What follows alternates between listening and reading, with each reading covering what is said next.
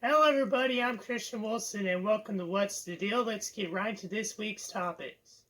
In NASCAR, the Cup Series headed to Michigan International Speedway for a doubleheader this past weekend. In Saturday's race, Kevin Harvick dominated, leading 92 of 161 laps, and he survived a few late restarts, holding off Brad Keselowski in a two-lap shootout to the finish to capture his fifth victory of the season. On Sunday, Clint Bowyer won Stage 1, but his teammate Harvick won Stage 2 and led a race-high 90 of 151 laps. On lap 96, Team Penske teammates Ryan Blaney and Brad Keselowski crashed while battling for the lead off Turn 2. Brad got loose and went up the track into Ryan. Ryan finished 38th, Brad 39th.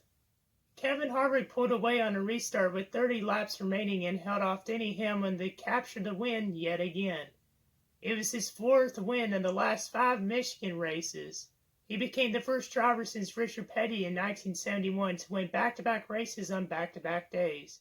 Also in NASCAR, Joe Gibbs Racing announced that Christopher Bell will replace Eric Jones in the number 20 car in 2021.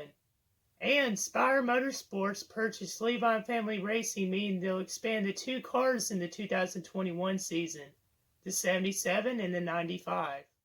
In the National Basketball Association, the Phoenix Suns are 7-0 in seeding games in the bubble and are right now tied with the Memphis Grizzlies and Portland Trail Blazers for their final playoff spot in the Western Conference, with the San Antonio Spurs half a game behind heading into Tuesday night.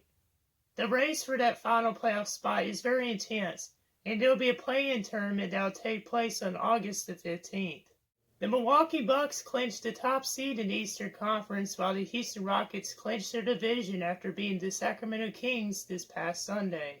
Also in the NBA, the New Orleans Pelicans have been eliminated from playoff contention, while Indiana Pacers guard T.J. Warren has been on an absolute tear, averaging 31 points per game since the season's restart. In Major League Baseball, the New York Yankees are still on top of the American League East, about 1.5 games over the Tampa Bay Rays heading into Tuesday night, while the Baltimore Orioles, despite their strong start, have fallen to a 7-7 record. The Minnesota Twins are still on top of the AL Central and were a half a game ahead of the Detroit Tigers heading into Tuesday.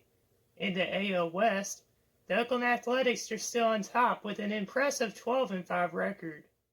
In the National League East, the Miami Marlins and the Atlanta Braves are tied at the top of the division heading into Tuesday night. While in the NL Central, the Chicago Cubs are leading the division with a 10-3 record.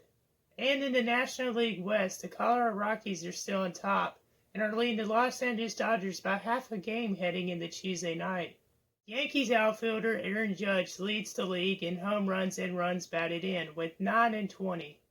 Rockies outfielder Charlie Blackmon leads the league with a .484 batting average heading into Tuesday night's matchup versus the Arizona Diamondbacks. Right-hander Shane Bieber, starting pitcher on the Cleveland Indians, leads the league with 43 strikeouts in 3 games heading into Wednesday's matchup versus the Chicago Cubs. Also in the news in college football, the Big Ten Conference and the Pac-12 Conference announced that they postponed their fall football season and will attempt to play in the spring next year. Their decision makes for schedule changes and has raised more doubts about the upcoming season, as other conferences have considered postponing theirs as well, except for the ACC and SEC Conference, who said their football plans will remain unchanged. You can check out my show each week on YouTube, Instagram, and Facebook.